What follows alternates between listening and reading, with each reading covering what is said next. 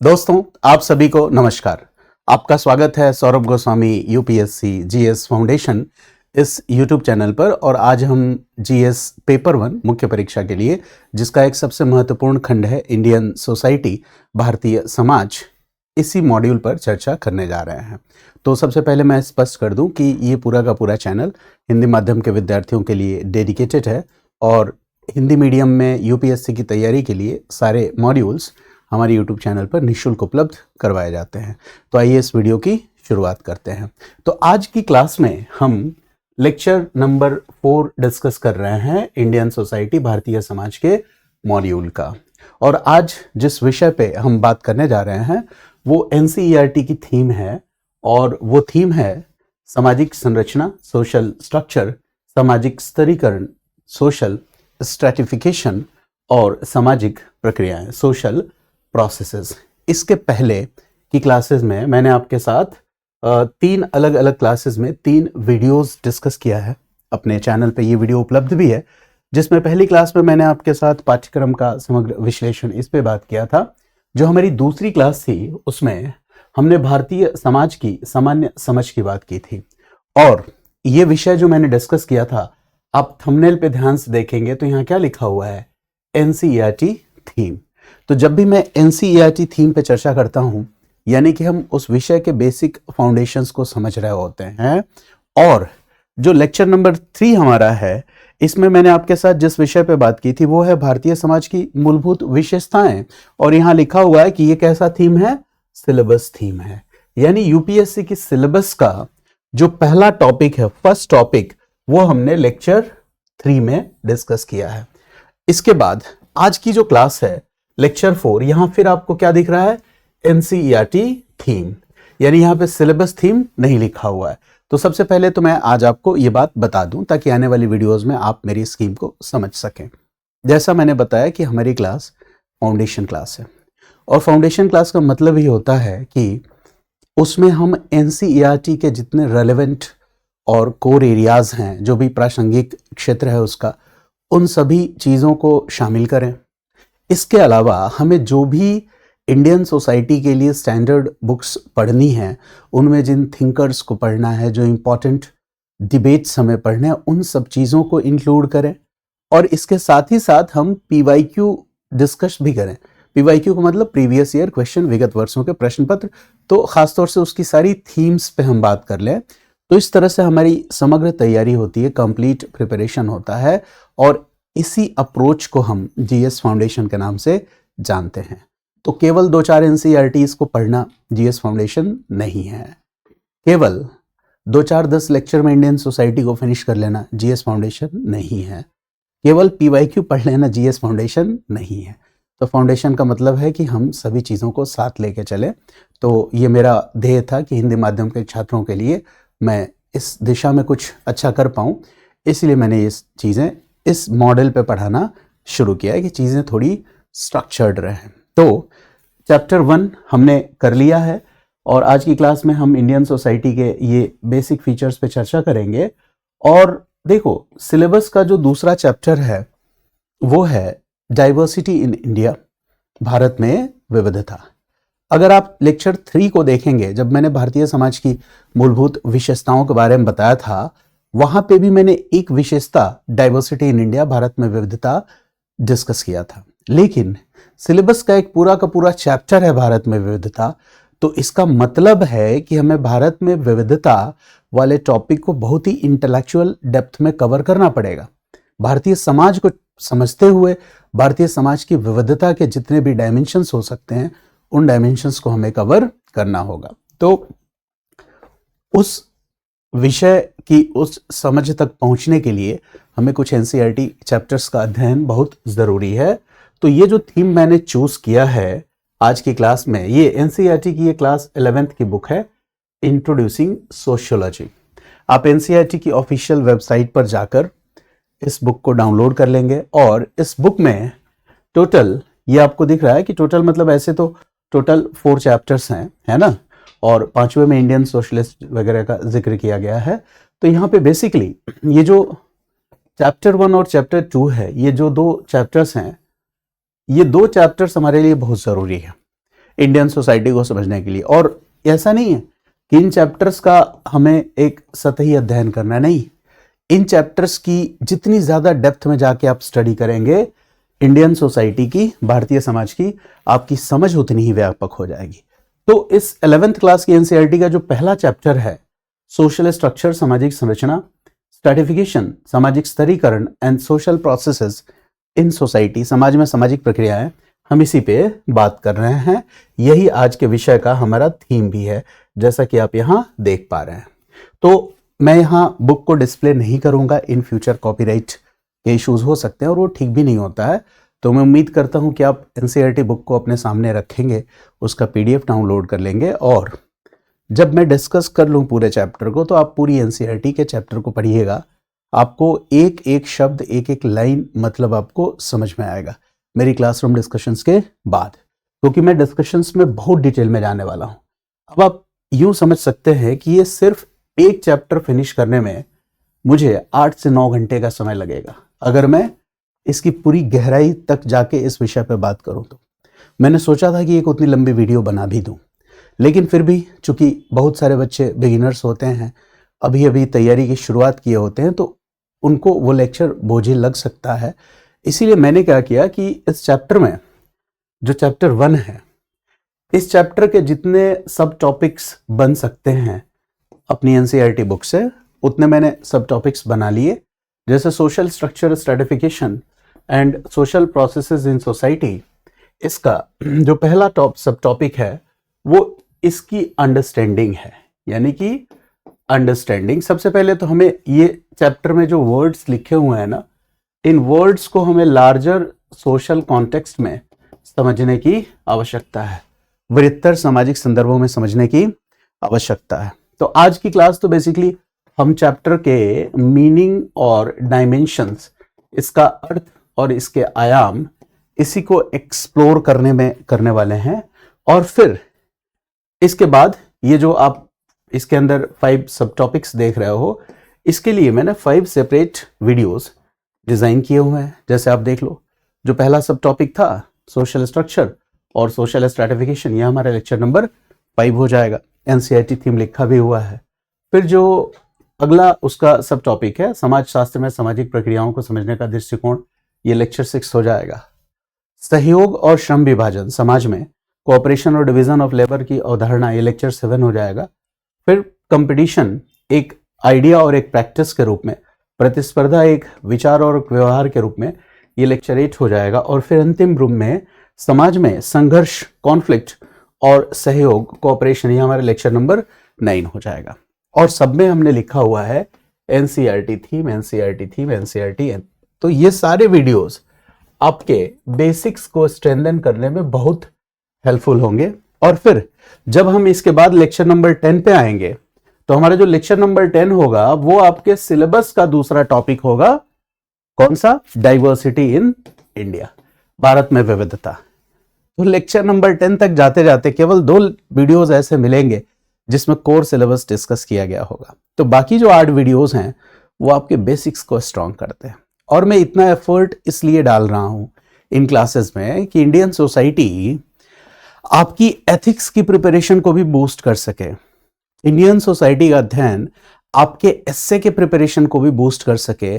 और Indian society as a module, हम आज यहाँ जो भी अध्ययन कर रहे हैं वो आपके जो हम पर्सनालिटी डेवलपमेंट प्रोग्राम कहते हैं, जिसे इंटरव्यू कहते हैं, उस इंटरव्यू के स्टेज में भी आपके ओपिनियंस को, आपके आउटलुक को इतना शार्प बना सके ताकि आप इंटरव्यू देते समय आपकी पर्सनालिटी वेल बैलेंस्ड, संतुलित इंटरव्यूअर को लग सके। तो ये बहुत ही विस्तृत आयामों को समेटे हुए क्लासेस हैं। सिर्फ इंडियन सोसाइटी नहीं, बल्कि अपने यूट्यूब चैनल पे मैं पॉलिटी के भी मॉड्यूल की शुरुआत किया हूँ। हिस्ट्री का तो मैं स्पेशलिस्ट हूँ, तो हिस्ट्री की तो बात ही नहीं है, वो तो मैं करूँगा ही करूँगा। फिर इंडियन इकोनॉमी का भी एक प्लेलिस्ट मैंने डिज़ाइन किया है। तो सारे विषयों को मैं उस आयाम, उस रेलेवेंस के, प्रासंगिकता के अनुरूप पढ़ाऊंगा जो यूपीएससी डिमांड करती है। यानी हमारी जो प्राथमिकता है वो ये बिल्कुल नहीं है कि हमें वीडियोस को लुभावन बना के, आकर्षक बना के आपको प्रभावित करने के लिए पढ़ाना है, नहीं। हम हर विषय में, हर टॉपिक में, हर सब टॉपिक में उस इंटेलेक्चुअल डेप्थ तक पहुंचेंगे जिसकी डिमांड यूपीएससी करती है। तो आइए विषय की शुरुआत करते हैं। तो जैसा मैंने कहा कि आज की क्लास में हम ये जो विषय एनसीईआरटी का जो चैप्टर 1 है, यही है चैप्टर 1। आज हम इसी के मीनिंग को, यानी कि अर्थ को, इसके वेरियस डायमेंशंस को, विविध आयामों को जानने और समझने की कोशिश करेंगे। तो जब मैं अर्थ और आयाम की बात करूंगा तो इस अर्थ और आयाम को डिस्कस करते हुए तमाम ऐसे उदाहरण होंगे जो हमारे और आपके डेली लाइफ, दैनिक जीवन से जुड़े होंगे, और हमें समाज को उन्हीं उदाहरणों के परिप्रेक्ष्य में तो समझना है। समाज में हमारे आसपास क्या घटित हो रहा है, हमारे सामाजिक संबंध कैसे हैं, हमारे निजी जीवन में समस्याएं कैसी हैं, हमारी निजी जीवन की समस्याएं, प्राइवेट लाइफ की जो भी ट्रबल्स हैं, क्या वो सामाजिक मुद्दों से जुड़ी हुई हैं, सोशल इशूज से जुड़ी हुई हैं? क्या हमारी समस्याएं समाज की समस्याओं के कारण तो नहीं जनित हैं? क्या समाज जो है, व्यक्ति जो है, कहा जाता है कि व्यक्ति समाज जो है, व्यक्ति समाज व्यक्तियों से मिलकर बना होता है, तो व्यक्ति समाज का निर्माता भी है और साथ ही व्यक्ति समाज का एक बाई प्रोडक्ट या उत्पाद भी है। तो तमाम ऐसे डायमेंशन है जिनको आज की क्लास में मैं आपके साथ डिस्कस करने वाला हूं, और ये क्लास आपकी बेसिक्स के लिए बहुत ही शानदार होने वाली है। इंडियन सोसाइटी की जो फाउंडेशन है वो बहुत बेहतरीन हो जाएगी इन क्लासेस को करने के बाद। चलिए हम विषय की शुरुआत करते हैं। तो सबसे पहले जो इंडियन सोसाइटी, चूंकि हम सब जानते हैं कि जब हम इंडियन सोसाइटी की बात कर रहे हैं तो Indian society as a module है तो समाज शास्त्र का ही हिस्सा, सोशियोलॉजी का ही हिस्सा है। इंडियन सोसाइटी, भारतीय समाज की जब हम बात करते हैं तो ये इसी विषय का हिस्सा है, सोशियोलॉजी का ही हिस्सा है। और समाज शास्त्र, सोशियोलॉजी का जो सबसे इंपॉर्टेंट कंसर्न है, इसकी जो सबसे महत्वपूर्ण चिंता है, वो दो ही तो चिंताएं हैं। एक है व्यक्ति और दूसरा क्या है? समाज। तो समाज शास्त्र की जो सबसे बड़ी चिंता है वो दो चीजों से जुड़ी होती है। एक है व्यक्ति और दूसरा हो गया समाज, वो समाज जिसमें हम रह रहे हैं। तो समाज शास्त्र की चिंता इन्हीं दो चीजों से जुड़ी हुई है, व्यक्ति और समाज। यानी कि हमें इस सामाजिक संबंध, सामाजिक स्तरीकरण और सामाजिक प्रक्रिया को व्यक्ति और समाज, इन्हीं दोनों के कॉन्टेक्स्ट में समझने की आवश्यकता है। तो देखो, इस कॉन्टेक्स्ट को समझने में जो सबसे पहला चरण है वो ये है कि हमें इस बात की समझ है कि नहीं कि जैसे व्यक्ति के जीवन की जो निजी समस्याएं होती हैं, पर्सनल ट्रबल्स होती हैं, किसी भी व्यक्ति के जीवन की जो भी निजी समस्याएं हैं, सबसे पहले उन पर्सनल ट्रबल्स के नेचर का, प्रकृति का हमें अध्ययन होना चाहिए। समस्याएं और चुनौतियां हम सभी के जीवन में है। महात्मा बुद्ध की जो फिलॉसफी थी उसमें जो 4 नोबल ट्रुथ, 4 आर्य सत्यों की बात की गई थी, उसमें पहला नोबल ट्रुथ ही था, देयर इज सफरिंग एवरीवेयर, सर्व दुखम, संसार में हर जगह दुख व्याप्त है। तो दुख से देखो कोई भी मुक्त नहीं है। लेकिन हमारे जीवन में जो दुख है, जिसको हम अपना निजी दुख समझ रहे हैं, पर्सनल प्रॉब्लम समझ रहे हैं, पर्सनल ट्रबल समझ रहे हैं, क्या इसका सामाजिक मुद्दों के साथ कोई संबंध है? अगर हम ये लिंक एस्टैब्लिश कर पा रहे हैं कि हमारी निजी समस्याओं का संबंध सामाजिक मुद्दों के साथ है या नहीं है, तो अगर ये लिंक हम एस्टैब्लिश कर पा रहे हैं, या इतनी विवेकशीलता, इतनी बुद्धि है हमारे अंदर कि हम इस लिंक को एस्टैब्लिश कर पाए, तो यही होता है आपकी इंटेलेक्ट या आपकी बौद्धिकता, आपका आलोचनात्मक दृष्टिकोण। जैसे यूपीएससी अक्सर पूछती है ना कि आलोचना लिखें या आलोचनात्मक दृष्टिकोण से बताएं, तो यही है हमारा आलोचनात्मक दृष्टिकोण। आज भी समाज का एक बहुत बड़ा हिस्सा ऐसा है, मेजॉरिटी की मैं बात कर रहा हूं, जो ये समझने में समर्थ है कि उसकी निजी समस्या को वृहत सामाजिक मुद्दों के परिप्रेक्ष्य में समझने की आवश्यकता है। वो अपनी पर्सनल प्रॉब्लम को आइसोलेशन समझता है। मेरी प्रॉब्लम्स जो हैं, मेरी निजी समस्याएं हैं, वो दे आर इन आइसोलेशन, ये तो सिर्फ मेरी समस्या है। जबकि हकीकत क्या है कि आपकी समस्या एक बहुत बड़े सोशल फोर्स द्वारा गढ़ी गई समस्या है। और यही समझना हमारा तार्किक दृष्टिकोण है। हम जैसे शिक्षा है, शिक्षा का स्तर एक समान नहीं है, हर व्यक्ति समान रूप से शिक्षित नहीं है। शिक्षा प्राप्त करने के लिए अलग अलग लोगों के संघर्ष की कहानियां, गाथाएं अलग अलग हैं। स्वास्थ्य जो है, हेल्थ फैसिलिटीज पूरे हिंदुस्तान में एक जैसा नहीं है। सबको हेल्थ फैसिलिटीज एक जैसे सुलभ नहीं है। हेल्थ सामाजिक सुरक्षा के रूप में यह सुविधा सबको प्राप्त नहीं है। संगठित क्षेत्र के लोगों के पास है तो असंगठित क्षेत्र के लोगों के पास नहीं है ना। उनके पास इंश्योरेंस फैसिलिटीज नहीं है, पीपीएफ वगैरह तमाम तरह की चीजें नहीं है, तो उसे सामाजिक सुरक्षा नहीं है। तो उसकी चुनौतियों का जो स्तर है, उसका कहीं ना कहीं एक उसकी चुनौतियों की एक सामाजिक उत्पत्ति, सोशल ओरिजिन है, और हमें यही समझना है।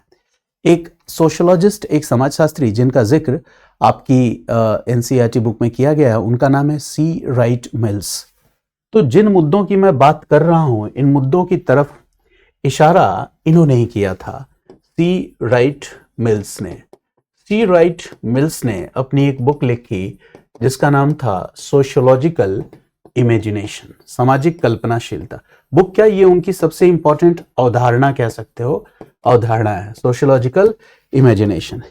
इसी अवधारणा में इन्होंने कहा कि व्यक्तियों की जो निजी समस्याएं होती हैं, पर्सनल ट्रबल्स होती हैं, इनको सोशल इश्यूज, ये जो है लार्जर सोशल कॉन्टेक्स्ट में, वृहत्तर सामाजिक संबंधों में जोड़ के हमें देखने की आवश्यकता है। ये बात सी राइट मिल्स ने कही है। यानी हमारी समस्याएं सिर्फ निजी नहीं है, वो जुड़ी हुई हैं सामाजिक संरचना से, सोशल स्ट्रक्चर से। अब हम इसी बात को समझेंगे कि हमारी समस्या कैसे सोशल स्ट्रक्चर से जुड़ी हुई समस्या है, जो सी राइट मिल्स ने बताई। कुछ उदाहरणों के माध्यम से मैं इस बात को स्पष्ट करूंगा। सबसे पहले मैं उदाहरण ले लेता हूं, चूंकि आप सब यूपीएससी एस्पायरेंट हैं, तो सबसे पहले हम इसी फील्ड से जुड़ा हुआ एग्जाम्पल लेते हैं। जैसे पहला उदाहरण मैं ले रहा हूं कि समाज में बेरोजगारी की समस्या, अनएम्प्लॉयमेंट की समस्या एक बहुत गंभीर समस्या है। अनएम्प्लॉयमेंट या बेरोजगारी, आप सभी मानते हैं कि समाज में बेरोजगारी की समस्या है। अभी हाल फिलहाल में हमने देखा कि भारत के प्रधानमंत्री के जो आर्थिक सलाहकार हैं, उनका एक स्टेटमेंट आया, और वो स्टेटमेंट ये था कि भारत के युवा प्रतियोगी परीक्षाओं की तैयारी में अपना समय, संसाधन और उम्र व्यर्थ में खर्च कर रहे हैं। ये एक नीति निर्माता की तरफ से आया हुआ स्टेटमेंट है कि भारत का जो युवा है, अगर वो प्रतियोगी परीक्षाओं की तैयारी कर रहा है तो इसमें अपनी उम्र, अपना संसाधन और तमाम ऐसी चीजें व्यर्थ कर रहा है, यानी उसके कौशल का सही ढंग से उपयोग नहीं हो रहा है। उन्होंने एक गंभीर समस्या की तरफ इशारा किया, लेकिन उन्होंने जो कहा उसको हमें लार्जर सोशल कॉन्टेक्स्ट में समझने की जरूरत है। भारत का युवा प्रतियोगी परीक्षाओं की तैयारी कर क्यों रहा है? पहला प्रश्न, आज जो कंज्यूमरिज्म का दौर है, उपभोक्तावाद का दौर है, जिस तरह से बाजारवाद है, समाज में नए नए प्रोडक्ट्स, फैशन से रिलेटेड, इलेक्ट्रॉनिक्स से रिलेटेड तमाम चीजें दिख रही हैं। आप बताओ कि कौन सा युवा 19, 20, 21, 22 साल की उम्र तक पहुंचते क्या उसके मन में कुछ एस्पिरेशंस नहीं है कि वो भी इन जो भी मतलब ये लग्जरी गुड्स हैं, इनका उपभोग कर सके? क्या वो रोजगार करना नहीं चाहता है, नौकरी करना नहीं चाहता है? वो नौकरी करना चाहता है, लेकिन उसके पास नौकरी उपलब्ध नहीं है। अगर नौकरी उपलब्ध भी है तो उसके साथ एक समस्या है, और वो क्या है कि उसकी जो स्किल है और उसका जो जॉब है, ये दोनों क्या है? मिसमैच है। स्किल जॉब मिसमैच है, कौशल और जॉब दोनों में मिसमैच है।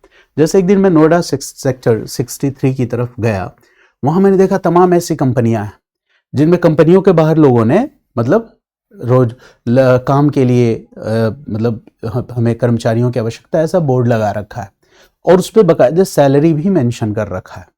तो जो स्वीपर की सैलरी है, ऑफिस बॉय की सैलरी है, वो 15,000 रुपए है। जो अब उसमें देखो, एक एक्सपर्ट टेलर मास्टर होता है जो कपड़ों की सिलाई करता है, उसकी सैलरी है 17,000 रुपए। यहाँ पे जो आप देखोगे सोसाइटीज में जो लोग पर्सनल ड्राइवर्स हैं, उनकी सैलरी 18-19 हजार रुपए के आसपास है। और यही नोएडा में सॉफ्टवेयर इंजीनियर जो बीटेक करके बच्चे आए हुए हैं वो 20,000, 22,000 और 18,000 रुपए में वो भी काम कर रहे हैं। अब आप ये बताइए कि हमने अपने समाज में स्किल को कितना वैल्यू किया है, कौशल को कितना महत्व दिया है। ये सबसे बड़ी बात समस्या है कि हमारे समाज में अगर नौकरी है भी तो हमारे स्किल को मैच करती हुई नौकरी नहीं है। तो भारत का युवा जो एक स्किल्ड युवा है या एजुकेटेड युवा है, वो जब नौकरी करेगा तो अपने स्किल के अनुसार, अपनी एजुकेशन के अनुसार एक सम्मानजनक नौकरी की तलाश करता है। जब ये नहीं मिलता है तो लंबे समय तक प्रतियोगी परीक्षाओं की तैयारी करता रह जाता है। ये भी एक चुनौती, ये भी एक समस्या है। अधिकतर जो प्रतियोगी परीक्षाओं की तैयारी करने वाले छात्र हैं वो कहाँ से आते हैं? बिहार से आते हैं, यूपी से आते हैं, मध्य प्रदेश, राजस्थान से आते हैं। इन राज्यों में इंडस्ट्रियलाइजेशन या औद्योगिकरण का दर क्या है? बिहार और यूपी में आप देखिए कि उद्योग धंधों को स्थापित करने में सरकार कितनी एक्टिव है। सरकार का ज्यादातर धन संसाधन कहाँ खर्च हो रहा है? इन मुद्दों पे आपको ध्यान से समझना पड़ेगा, क्योंकि योग्यता होने के बावजूद भी एक छात्र बेरोजगार है तो उसे एक उम्मीद दिखती है कि लंबे समय तक अगर मैं प्रतियोगी परीक्षाओं की तैयारी करूंगा और मैं सफल हो जाऊंगा तो मैं पूरे परिवार को एक साथ लेके चलूंगा। तो ये जो भाव है कि पूरे परिवार को एक साथ ले चलूंगा, ये भी सोचने वाली बात है कि सरकारी नौकरियों में तो सैलरी बड़ी कम होती है, 60,000, 70,000, लाख रुपए, 1.25 लाख रुपए। लेकिन सामने वाला सोच रहा है मैं पूरे घर खानदान को उसी सैलरी में पाल लूंगा। क्यों सोच रहा है ऐसा? क्योंकि वो सिर्फ नौकरी के बारे में नहीं सोच रहा है। सरकारी सेवाओं में जो भ्रष्टाचार है और भ्रष्टाचार में लिप्त जो अधिकारी हैं, उन्होंने जो अपनी आलीशान कोठियां बनवा रखी हैं, संपत्ति बंगले खरीद रख रहे हैं, भारत का युवा वो भी देखता है कि सरकारी नौकरी में जाने के बाद, है ना, इनकी मतलब हम क्या कहते हैं इसको कि मतलब इनकी लाइफस्टाइल में क्या बदलाव आया है। तो वो जो भ्रष्टाचार का स्कोप हमने छोड़ रखा है सरकारी सेवाओं में, वो भी तो एक कारण है। तो आप वो भ्रष्टाचार, करप्शन को रोकिए, भारत में युवाओं को सही ढंग से कौशल प्रदान कीजिए, शिक्षा, एजुकेशन ठीक ढंग से प्रदान करिए, तो बेरोजगारी की समस्या से हम निपटेंगे। जॉबलेस ग्रोथ हमारी इकोनॉमी का एक सबसे बड़ा प्रॉब्लम है। डेमोग्राफिक प्रेशर, इसकी तरफ कोई इशारा नहीं करता। जनसांख्यिकीय दबाव, हमारे यहाँ तो एक अलग ट्रेंड चल पड़ा है कि भारत में मुसलमानों की जनसंख्या तेजी से बढ़ रही है, तो कुछ महापुरुष, चमत्कारी प्रकार के लोग आके ये कहेंगे कि हिंदुओं को भी इतनी जनसंख्या तेजी से बढ़ानी चाहिए, और वो खुलेआम मंचों से खुलेआम इस बात को उद्घोषित कर रहे हैं। लेकिन उनको क्रिटिसाइज करने वाला, उनको क्वेश्चन करने वाला कोई नहीं है। लेकिन प्रतियोगी परीक्षा की तैयारी करने वाले बच्चे, उनको कटघरे में खड़े करने के लिए हम सब आगे चले आते हैं। तो एक व्यक्ति की जो बेरोजगारी है, कौन चाहता है भाई 35 साल तक पढ़ना, 40 साल तक पढ़ना? एक छोटे से कमरे में आप बच्चों की लाइफस्टाइल देखिए कितनी चैलेंजिंग है। क्यों? इसकी जरूरत क्यों है? हमारी एजुकेशन सिस्टम में हम सुधार की बात करते हैं, तमाम ऐसे बदलाव लाते हैं कि लेकिन क्या वो बदलाव ग्राउंड लेवल पे इंप्लीमेंट हो पाते हैं? ये सोचने की बात है। इस सामाजिक संरचना में तमाम ऐसी चीजें आगे जिस पे मैं बात करूंगा, तो फिलहाल मैं इस मुद्दे को ही रोक रहा हूं। यानी एक व्यक्ति की जो बेरोजगारी है, अगर वो बेरोजगार है और इस वजह से वो दुख में है, तनाव में है कि मैं बेरोजगार हूं, लंबे समय से प्रतियोगी परीक्षा की तैयारी कर रहा हूं, मुझे जॉब नहीं मिल पा रही है, तो ये जो उसका तनाव है, उस तनाव का जनक क्या वो व्यक्ति है या ये आर्थिक संरचना है, इकोनॉमिक स्ट्रक्चर है जो हमने बना रखी है, जिसमें सुधार करने के लिए हम इतने लापरवाह बने हुए हैं? तो ये बात आपको समझनी है कि व्यक्ति की निजी समस्याएं, चुनौतियां और जो सोशल इश्यूज हैं, दोनों में एक रिलेशन है, एक संबंध है। आए दिन आप सुनते होंगे कि प्रतियोगी परीक्षा की तैयारी करने वाले छात्र आत्महत्या कर ले रहे हैं, सुसाइड कर ले रहे हैं। अलग अलग शहरों से जो प्रतियोगी परीक्षा की तैयारी के केंद्र, वहां से ऐसी खबरें आती हैं। क्या ये सही है? आप खुद सोचिए। सबसे पहले तो माइग्रेशन यहीं पे है कि शिक्षा व्यवस्था अच्छी नहीं, स्कूल्स अच्छे नहीं, कॉलेजेस अच्छे नहीं, कोचिंग इंस्टीट्यूट्स अच्छी नहीं है, तो घर से 1000 किलोमीटर दूर बच्चा प्रतियोगी परीक्षाओं की तैयारी के लिए जाता है। पहली सबसे बड़ी समस्या। उसके बाद जब वो प्रतियोगी परीक्षाओं की तैयारी शुरू करता है तो चयन कब होगा ये किस बात पे तय करता है? सिर्फ उसके टैलेंट पे या नंबर ऑफ सीट्स पे भी तय करता है? नंबर ऑफ सीट्स पे भी तय करता है। ऐसा नहीं है कि अगर आईएएस परीक्षा में मान लो 900 सीट्स हैं, अगर वो सीट्स 1400 हो जाए तो 1400 बच्चे सेलेक्ट होंगे उस साल। अगर वो सीट्स 200 हो जाए तो कितने बच्चे सेलेक्ट होंगे? 200 होंगे। तो सर्वाइवल ऑफ द फिटेस्ट वाली अवधारणा है, बहुत सारे लोग बाहर भी रह जाएंगे, है ना। लेकिन आप देखिए कि इसके साथ ही साथ बच्चे स्टेट पीसीएस की तैयारी करते हैं, कई बार एग्जाम्स कैंसिल होते हैं, एग्जाम में करप्शन के भी न्यूज आते रहते हैं, पेपर लीक होता रहता है। तो ये किसकी, गवर्नमेंट मशीनरी की विफलता है ना, एग्जाम को रिकंडक्ट करना। अब जो लोग समृद्ध हैं, जो लोग मध्यम आर्थिक पृष्ठभूमि के, वो ये बात शायद नहीं समझ पाएंगे जो मैं बताने जा रहा हूं कि एक निम्न वर्ग से, बहुत ही गरीब परिवार से आने वाला बच्चा किसी परीक्षा के फॉर्म को भरने के लिए भी 10 बार वो सोचता है कि मैं फॉर्म भर दूंगा, फिर उस परीक्षा केंद्र तक आने जाने में जो मेरा खर्च लगेगा वो कहाँ से आएगा। हर महीने उसके पास जो पढ़ने के लिए पैसे आते हैं वो बड़े ही सीमित होते हैं। उसको वो पैसा देने के लिए उसके माँ बाप, उसके पेरेंट्स कितना सेक्रीफाइस करते हैं, इसका भाव भी उसके अंदर होता है। तो तमाम ऐसी चिंताएं होती हैं जिससे एक प्रतियोगी परीक्षा जूझ रहा होता है। कई दफा ऐसा भी होता है कि परिवार समृद्ध होता है, बच्चे को नियमित पैसा भेजता रहता है, लेकिन बच्चे के ऊपर एक अवांछित दबाव बनाता है कि देख लो 2 साल से पैसा दे रहे हैं, इस बार नहीं हुआ तो समझ लेना तुम। तो ये जो मानसिक दबाव उस अभ्यर्थी के ऊपर, उस बच्चे के ऊपर आ रहा है, ये मानसिक दबाव उसे सामान्य नहीं बना रहने देगा। और 1-2 असफलताओं को झेलने के बाद अगर वो, मतलब उसके पास कोई प्लान बी नहीं है, तो वो टूटेगा, मानसिक बिखराव की स्थिति में आएगा। हो सकता है वो आत्महत्या कर ले, हो सकता है किसी प्रतियोगी परीक्षा के आत्महत्या का कारण कुछ और हो। लेकिन हम उन सभी कारणों पे चिंता नहीं करते। अगर हमें ऐसा कोई न्यूज़ आता है कि भाई यहाँ पे एक पढ़ने वाले, तैयारी करने वाले बच्चे ने सुसाइड कर लिया, तो हमारा पहला जो रिएक्शन होता है वो यही होता है कि जब मानसिक रूप से इतना कमज़ोर था तो उसे प्रतियोगी परीक्षाओं की तैयारी करनी ही क्यों थी। जब वो जानता है कि प्रतियोगी परीक्षाओं में सफल होने से ज़्यादा संभावना असफल होने की है और इस असफलता का बोझ वो नहीं ढो सकता, तो फिर उसे प्रतियोगी परीक्षा की तैयारी क्यों करनी थी। तो हमारा समाज एग्जाम सेंट्रिक होता चला जा रहा है।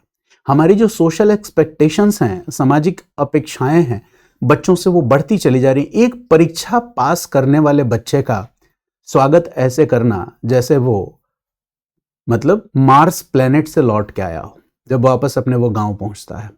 ये जो हम ग्लैमराइज करते हैं इन सारी चीजों को, या फिर आप देखेंगे कि एडटेक परीक्षा में सफल हुए छात्रों को जिस तरह से एक प्रोडक्ट के रूप में, मतलब एग्जाम को, कंपटीशन को एक प्रोडक्ट के रूप में जिस तरह से ग्लोरीफाई किया जा रहा है, ये बड़े पैमाने पर भारत के बच्चों का भविष्य खराब करने वाला है। तैयारी में बच्चों को 10वीं क्लास से झोंक देने की बात सिखाना, 11वीं 12वीं से ही तैयारी करना शुरू करते हैं, ये बच्चों के मानसिक विकास के लिए कितना घातक हो सकता है।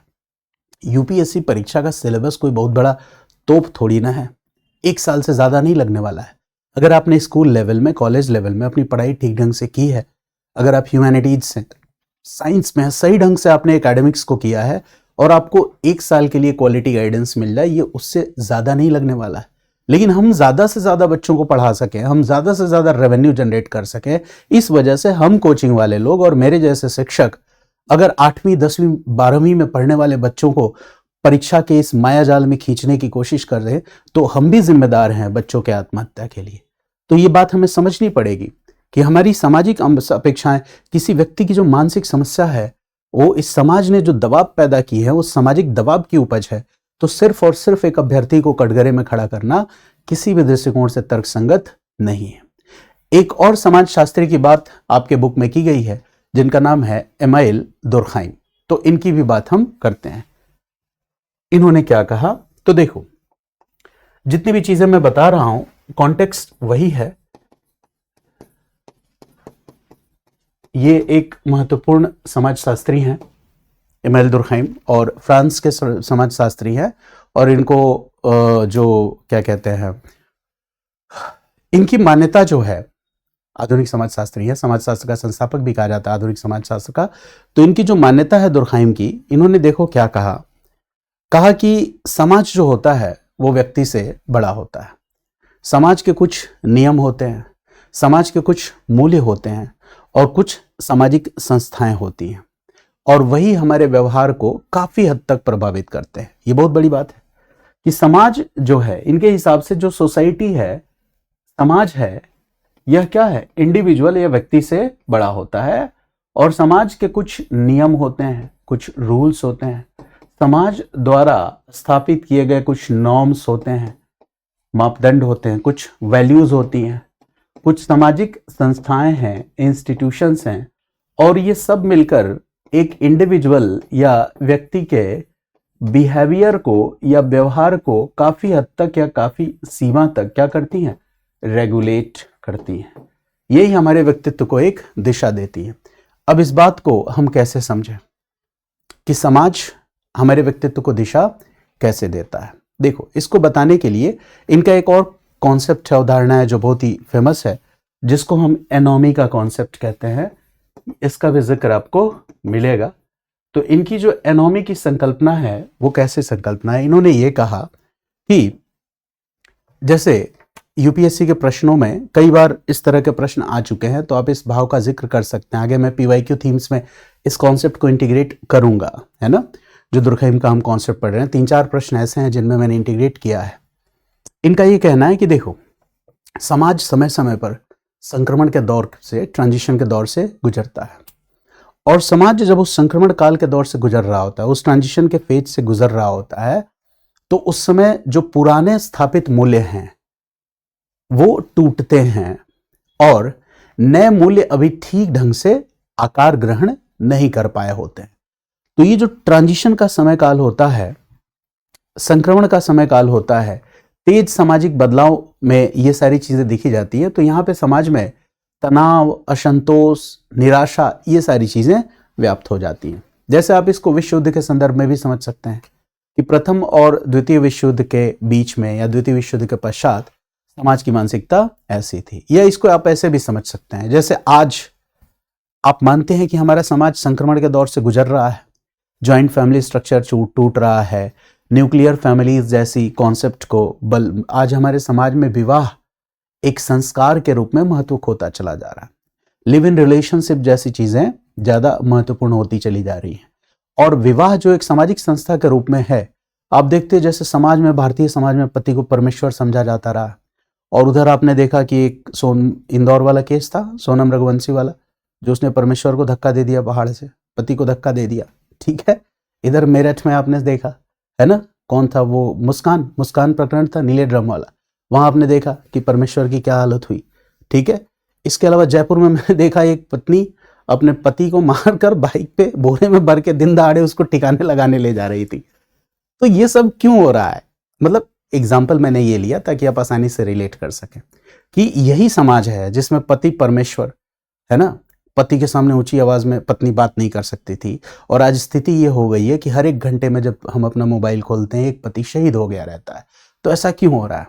ऐसा इसीलिए हो रहा है कि पुरानी स्थापित मान्यताएं टूट रही हैं।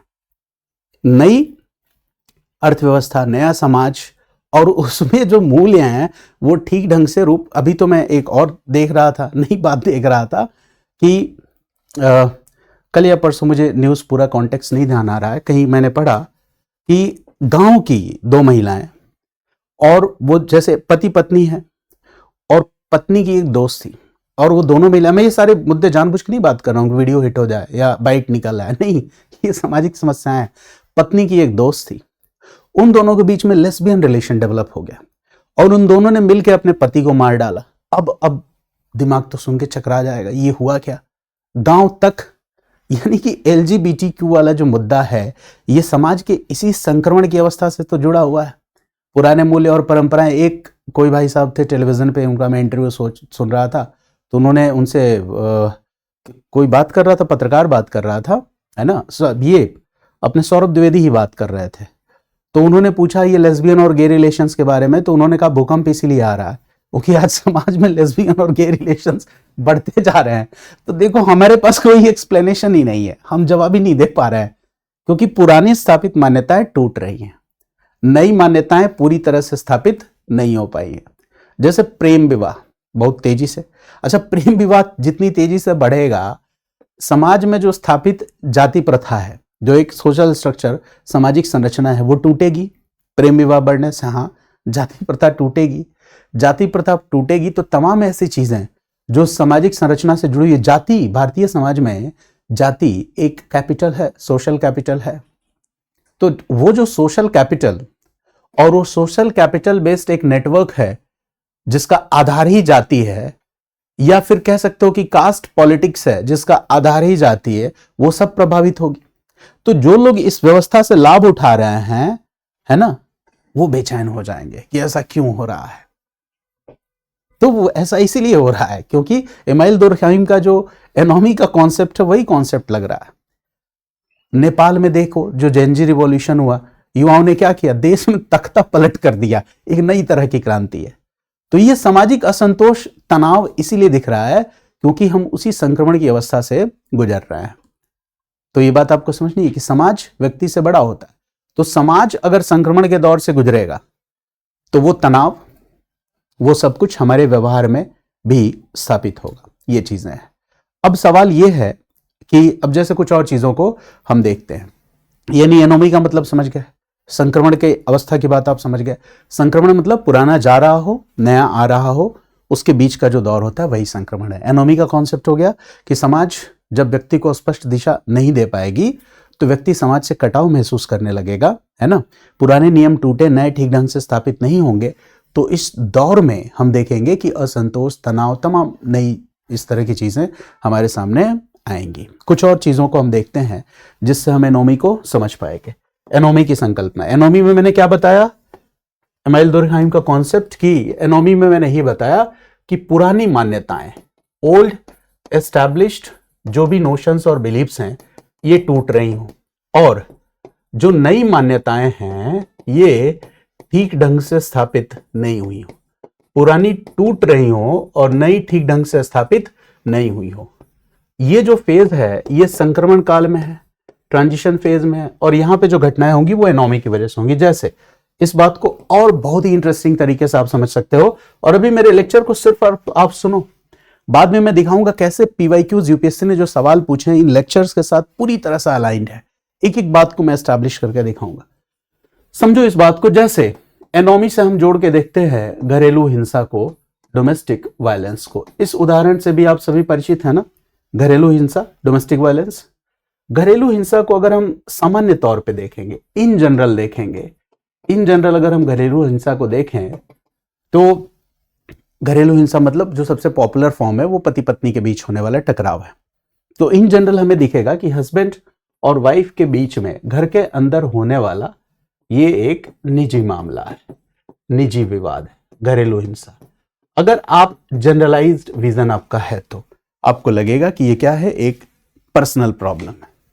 निजी विवाद पर्सनल प्रॉब्लम है। भाई ये पर्सनल प्रॉब्लम नहीं है, ये लार्जर सोशल कॉन्टेक्स्ट में सामाजिक मुद्दों, सोशल इश्यूज से जुड़ा हुआ है, और ये सब कुछ संक्रमण काल से जुड़ा हुआ है, और ये सब एनोमी की संकल्पना से जुड़ा हुआ है, पति पत्नी के बीच में होने वाला विवाद। जैसे देखो मैंने क्या कहा कि ये एनोमी से कैसे जुड़ा हुआ है, ध्यान से समझना। आप अपने मम्मी पापा को देखो या दादा दादी को देखो और देखो कि उनके बीच में कितनी बार इस तरह का घरेलू हिंसा या लड़ाई होता है, विवाद होता है। आप पाओगे नहीं के बराबर, नेग्लिजिबल, कोई कॉन्फ्लिक्ट नहीं होगा। कभी आपके पिताजी नाराज होंगे तो आपकी मम्मी मतलब रिएक्ट नहीं करेंगी, आपके दादाजी नाराज होंगे तो आपकी दादी रिएक्ट नहीं करेंगी। दादी या माँ जो हैं उनका पिता या दादाजी के प्रति जो सम्मान है वो अलग लेवल का है। और अभी आप अपने बड़े भाई को देख लो, या अभी अभी घर में जो नई नवेली बहुएं आई हैं, घर में जो माहौल है आप देखोगे कि तनाव कुछ ना कुछ बना हुआ है, कुछ ना कुछ कॉन्फ्लिक्ट होता रह रहा है। मतलब हम यूनिवर्सलाइज नहीं कर रहे हैं, ऐसा नहीं है कि हर मैरिज रिलेशन में ये सारी चीज़ें बनी रहती हैं, लेकिन आमतौर पे हम ये देखते हैं कि ऐसी चीज़ें होती हैं कि घर में पति पत्नी के बीच विवाद हो रहा है।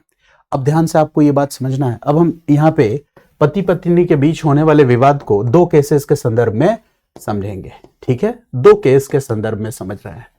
पहला केस ऐसा है जिसमें हस्बैंड वर्किंग है, हस्बैंड वर्किंग है, और जो वाइफ है ये मतलब हाउस वाइफ है, और ये वर्किंग नहीं है, और इस वाइफ की पूरी निर्भरता इस हस्बैंड के ऊपर है।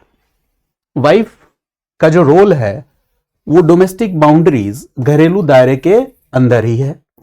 वाइफ यहां पे जो है घर में जितने भी बड़े बुजुर्ग हैं, घर का सारा काम जो है, या कह सकते हो एक तरह से केयर इकोनॉमी का एक बहुत बड़ा पार्ट है, अनपेड लेबर। वो घर में सारे काम कर रही है, इसका सैलरी तो वो नहीं ले रही है ना, अनपेड लेबर। सारे के सारे काम धाम देख रही है, घर की सारी जिम्मेदारी उसके कंधों पे है, पति वर्किंग है, और इस घर में घरेलू हिंसा होता है। आप देखते हो कि पति अपनी पत्नी पे रोज नाराज होता है। किसी दिन गुस्से में आके अपनी पत्नी को उसने 2 थप्पड़ मार दिए, पत्नी ने रिएक्ट नहीं किया, उसके बाद ये रोज का हो गया। पति जब भी गुस्से में आता है 2-4 थप्पड़ अपनी पत्नी को लगा देता है, उसे धमकी भी देता है कि मैं तुम्हें घर से भगा दूंगा, तुम्हें छोड़ दूंगा। पत्नी कुछ नहीं बोलती है। एक दिन पति काफी गुस्से में है और अपनी पत्नी को घसीट घसीट के पिटाई करता है, इतनी पिटाई करता है कि पड़ोसी आ जाते हैं छुड़ाने के लिए, और फिर पड़ोसी नाराज हो जाते हैं इसके पति पे, तो 2-4 पड़ोसी मिलकर गुस्से में इसके पति को 2-4 थप्पड़ लगा देते हैं। पत्नी अपने पति को डिफेंड करती है, कहती है नहीं, मेरे पति पे आपने हाथ कैसे उठाया, लो हम जिसको बचाने आए थे, है ना, उसने क्या किया, दोबारा अपने पति का सपोर्ट किया। अब ये ऐसा क्यों है कि यहाँ पे पत्नी जो है पूरी तरह से सरेंडर्ड है और वो पति के प्रति पूरी तरह से डिवोटेड है, पूरी तरह से समर्पित है, क्योंकि यहाँ पे जो पुरानी सामाजिक मान्यताएं हैं उसी के अनुसार ये परिवार चल रहा है। Old establish notions and belief. महिला घर के अंदर, डोमेस्टिक बाउंड्री के अंदर, महिला परिवार में जो भी महत्वपूर्ण निर्णय होगा उस निर्णय में महिला की भागीदारी नहीं है। घर के इंपॉर्टेंट डिसीजंस लेने में घर की सारी जिम्मेदारी उसके कंधे पे, उसकी कोई डिमांड नहीं है। तो यहां पे उसने अपने अधिकारों को पूरी तरह से क्या कर दिया, सरेंडर कर दिया। लेकिन अब केस नंबर 2 में आ जाओ, है ना। अभी केस नंबर 2 में मैं लिखता हूं यहां हस्बैंड है, ये भी वर्किंग है और वाइफ भी वर्किंग है। अब यहां पे फर्क क्या है, देखो, वर्किंग वुमेन, यानी यहां पे महिला ने क्या किया, जो डोमेस्टिक बाउंड्री है, घरेलू सीमा है, उसको लांघ के आज महिला की कार्यस्थल पर श्रम में भागीदारी है। She is working women. यहां पे जो महिला है वो एजुकेटेड है, पढ़ी लिखी है, उसको उसके अधिकार पता है, राइट्स पता है, वो सशक्त है, एम्पावर्ड है, साथ ही साथ वो इकोनॉमिकली इंडिपेंडेंट है, आर्थिक रूप से पूरी तरह से स्वनिर्भर है, वो अपने पति पे डिपेंडेंट नहीं है। अब आप एक सिचुएशन इमेजिन करो कि यहां पे अगर पति ने गलती से 1 थप्पड़ मारा तो उस थप्पड़ का रेस्पॉन्स होगा बदले में 2 थप्पड़। एक तापसी पन्नू की फिल्म भी आई थी थप्पड़, यानी यहां पे ये थप्पड़ बर्दाश्त नहीं होगा। हालांकि कुछ महिलाएं बर्दाश्त कर लेंगी, ठीक है, ऐसी महिलाओं की तलाश हम जैसे पुरुषों को रहती है, मतलब मजाक कर रहा हूं, सभी पुरुष चाहते हैं कि महिला हमेशा ऐसे मोड में रहे कि सरेंडर, ठीक है, कि हम राजा बाबू बने रहे हैं। तो खैर वो अलग बात है। यहां पे आप समझिए कि यहां पे 1 थप्पड़ का जवाब किससे मिला, 2 थप्पड़ से। अब जैसे ही पति को 2 थप्पड़ लगा, एकदम दिमाग उसका जन्ना गया। अब उससे ये चीज बर्दाश्त नहीं हो रही है कि मेरी पत्नी ने मेरे ऊपर हाथ उठा दिया, मैं तो परमेश्वर से मतलब उसके बराबर ये स्टेटस रखता हूं भारतीय समाज में। अब ये चीज बर्दाश्त नहीं हो रही है इस पति से। अब ये सारे मोहल्ले वालों को बुला लाता है, कहता है मैं इस औरत के साथ नहीं रहूंगा, इसने मेरे ऊपर हाथ उठा दिया। अब सवाल ये है कि तुमने जब पत्नी के ऊपर हाथ उठाया, जब ये बड़ा मुद्दा नहीं था, तो उसने तुमको पीट दिया, तो ये कौन सा बड़ा मुद्दा है। लेकिन ये बड़ा मुद्दा है इस व्यक्ति के लिए, क्योंकि शादी करते समय तो इसकी चॉइस थी वर्किंग वुमेन, नौकरी वाली लड़की, है ना, दहेज इन इंस्टॉलमेंट, डाउरी इन इंस्टॉलमेंट, ये तो इसकी इच्छा थी। लेकिन वर्किंग वुमेन इंपावर्ड होगी तो उस इंपावर्ड वुमेन के अधिकारों का आपको सम्मान करना होगा, ये समझ इसको नहीं थी। तो ये बेचारा फंस गया संक्रमण काल में। थोड़ा प्रोग्रेसिव बना कि वर्किंग वुमेन से शादी करनी है, लेकिन ये थोड़ा प्रोग्रेसिव है, मतलब ट्रेडिशनल भी है, थोड़ा थोड़ा प्रोग्रेसिव भी है, पूरी तरह से प्रोग्रेसिव नहीं है। तो ये हस्बैंड उसी संक्रमण काल की दशा में फंसा हुआ है, और फंसने की वजह से ये थप्पड़ भी खाएगा, इसका तलाक भी होगा और दोबारा इसका विवाह भी नहीं होगा, ठीक है, क्योंकि ये एनोमी के स्टेज से जुड़ा हुआ है। तो एनोमी यही कहता है कि समाज जब संक्रमण के दौर से गुजर रहा होता है, तो जैसे यहां पे क्या हो रहा है, यहां हमने क्या देखा कि पैट्रियार्की, पितृसत्तात्मकता, जो एक अस्थापित सामाजिक मानदंड का रूप ले चुकी थी, इस स्त्री ने उस पैट्रियार्की को चैलेंज किया, चुनौती दी। यहां पे एक मुद्दा था जेंडर सेंसिटिविटी का, इस स्त्री ने उस जेंडर सेंसिटिविटी को समझा, जेंडर डिस्क्रिमिनेशन को अपोज किया। यहां पे इस पत्नी ने वायलेंस को बिल्कुल नॉर्मल समझा। इसके दिमाग में जो मान्यता है वो नॉर्मलाइजेशन ऑफ वायलेंस, हिंसा तो सामान्य है, पति है तो पीट ही सकता है, इस भाव में है वो। यहां पे इस पत्नी ने उस वायलेंस को नॉर्मलाइज नहीं होने दिया, उसको नॉर्मल नहीं समझा। कहा ना, घरेलू हिंसा में, है ना, ये मतलब क्या कहते हैं, पावर इंबैलेंस क्यों होगा भाई घरेलू हिंसा में? पति ही पत्नी को क्यों पीटेगा? पत्नी भी तो पति को पीट सकती है। ये मामला है। हालांकि इतनी भी ज्यादा जागरूकता ठीक नहीं है कि आप नीला ड्रम खरीद लाओ, ठीक है, ये ध्यान रहे। अब आगे बढ़ते हैं, कुछ और मुद्दों को समझते हैं। जैसे एनोमी, और जो मैंने कहा कि व्यक्तिगत समस्या को सामाजिक समस्या के संदर्भ में समझना। जैसे आपने एक चाइल्ड मैरिज, बाल विवाह की समस्या, और बच्चों के स्कूल ड्रॉप आउट की समस्या, ये भी एक गंभीर समस्या है। हालांकि चाइल्ड मैरिज हम जानते हैं कि कानून द्वारा प्रतिबंधित है, और भारत में हमारी जो भी शासन प्रणाली है, संविधान है, इसने नियम कानून है, इन्होंने 6 से 14 वर्ष तक के बच्चों के लिए अनिवार्य और निःशुल्क शिक्षा का प्रावधान भी उपलब्ध करवाया है। ये भी चीजें हमारे यहाँ हैं। तो सबसे पहले तो बाल विवाह के मुद्दे को देखते हैं। बाल विवाह कानून द्वारा प्रतिबंधित है, ठीक है भैया, बाल विवाह कानून द्वारा प्रतिबंधित है। मान लेते हैं कि राजस्थान या किसी भी राज्य के किसी एकदम पिछड़े तबके का कोई गांव है, कबीलाई स्ट्रक्चर है इस गांव का, और इस गांव में रहने वाले जो परिवार है उनको ये पता ही नहीं है कि बाल विवाह प्रतिबंधित है कि नहीं प्रतिबंधित है। इस बात की संभावना है कि उनको पता ना हो, और पता हो, मान लो थोड़ी देर के लिए कि पता भी है, तो यहां पे एक समस्या है। समस्या क्या है कि जो आपका लॉ एंड ऑर्डर है, कानून व्यवस्था, इसका नेटवर्क यहां ठीक से काम नहीं कर रहा है। यहां पे हिंसा है, आपराधिक प्रवृत्ति के लोग हैं, और यहां कबीलाई समाज में जो लोग रहने वाले हैं या छोटे मोटे गांव ग्रामीण परिवार हैं, यहां पे रहने वाली महिलाएं हमेशा असुरक्षित रहती हैं। जब वो घर से बाहर निकलती हैं तो कुछ लोग हैं जो आपराधिक प्रवृत्ति के हैं, और मतलब उन पे फप्तियां कसते हैं। कई बार उनके साथ यौन हिंसा जैसी घटनाएं भी हो जाती हैं, जो आम है। अब यहां रहने वाला एक गरीब अशिक्षित व्यक्ति जो है, उसको यह महसूस होता है कि भाई यहां पर जैसे मेरी बेटी है 14 या 15 साल की हुई, और तभी समाज में जो आपराधिक प्रवृत्ति के लोग हैं, घर से बाहर जैसे ही निकलती है ना, छीटा कासी या फप्तियां कसना, ये सब मतलब परेशान करना, इसको शुरू किया इन्होंने। तो अब यहाँ पेरेंट्स को ये लग रहा है कि अगर मैं इसका विवाह करवा दूं तो ये कहीं और चली जाएगी, किसी दूसरे गांव में। इनको ये भी लग रहा है कि जब हम विवाह करा देंगे तो हमारी जिम्मेदारी तो होगी नहीं, जहां शादी होगी उसकी जिम्मेदारी है, और जब यहां जाएगी तो यहां इसकी शादी भी हो जाएगी, तो हमारा एक बोझ, बर्डन भी उतर जाएगा। देखो ये किस रूप में देख रहा है, बोझ के रूप में देख रहा है कन्या को। ये ट्रेडिशनल माइंडसेट है। और यहां जाने के बाद इसको एक पारिवारिक सुरक्षा मिल जाएगी और ज्यादा सेफ और सिक्योर रहेगी। तो यहां पे वो निर्णय ले लेता है बाल विवाह का, 14-15 साल की बच्ची का ही विवाह करवा देता है। अब जब हम बाहर से देखते हैं तो हमें यह आदमी ऐसा प्रतीत होता है कि बाल विवाह कराया, अपराध किया इसने, लेकिन ये करना, ये जो चॉइस, ये जो उसका विकल्प था, ये क्या उसका निजी विकल्प है, इंडिविजुअल चॉइस है? नहीं, ये सोशल कंपल्सन्स हैं, सामाजिक विवशताएं हैं, जिसने उसको ये चॉइस, ये विकल्प चुनने पे मजबूर किया। तो यहां पे ये जो आपको इंडिविजुअल चॉइस लग रहा है, किसी व्यक्ति का व्यक्तिगत विकल्प लग रहा है, निजी विकल्प, निजी चॉइस लग रहा है, वो निजी चॉइस ना होके सोशल कंपल्सन्स, सामाजिक दबाव या सामाजिक बाध्यताओं का परिणाम है। तो ये बात हमको समझना है कि कई बार हमारे चॉइसेस, विकल्प, चयन ऐसा लगता है कि हमारा निजी है। जैसे हमारी समस्याएं निजी नहीं है, वैसे ही हमारा विकल्प, हमारा चयन, वो भी निजी नहीं है, वो भी सोशल स्ट्रक्चर का ही हिस्सा है। और वो विकल्प चुनना स्ट्रक्चरल कंपल्सन है, संरचनात्मक बाध्यता है, वो हमें चुनना ही है, दूसरा कोई विकल्प नहीं है। तो आप इस बात को समझिए कि समाज में जो कुछ भी हो रहा है वो किस तरह से गहराई से जब हम देखते हैं तो वो सामाजिक मुद्दों से जुड़ा हुआ है, सोशल इश्यूज से जुड़ा हुआ है। हम आम तौर पे, हमारी एक टेंडेंसी होती है किसी भी घटना को देख के उसके बारे में हमारा जो जजमेंट होता है, जो निर्णय होता है, वो देते समय हम 2 कारकों पे सबसे ज्यादा जोर देते हैं। पहला है नैतिक, उसने सही किया या गलत किया। दूसरा मनोवैज्ञानिक, साइकोलॉजिकल फैक्टर।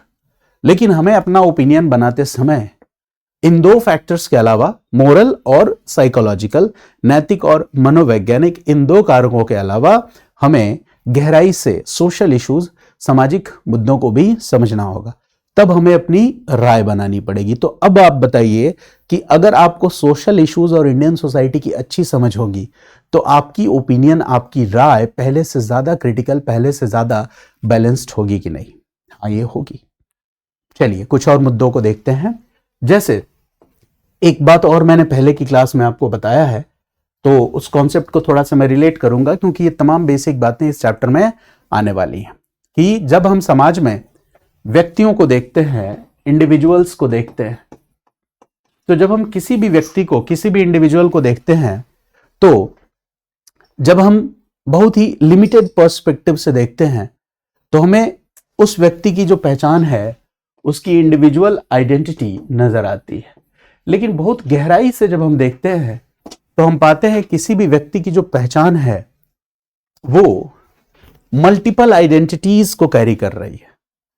बहुत सारी पहचान एक साथ मिल रही है और उसकी एक पहचान को, उसके एक व्यक्तित्व को गढ़ रही है। और साथ ही साथ ये व्यक्ति जो है वो मल्टीपल कलेक्टिविटीज का हिस्सा है, मल्टीपल कलेक्टिविटीज का हिस्सा है ये व्यक्ति। तो हमें इस बात को समझना है कि प्रत्येक व्यक्ति सिर्फ एक व्यक्ति नहीं है, बल्कि वो एक साथ कई सारी कलेक्टिविटीज उसके साथ शामिल हैं।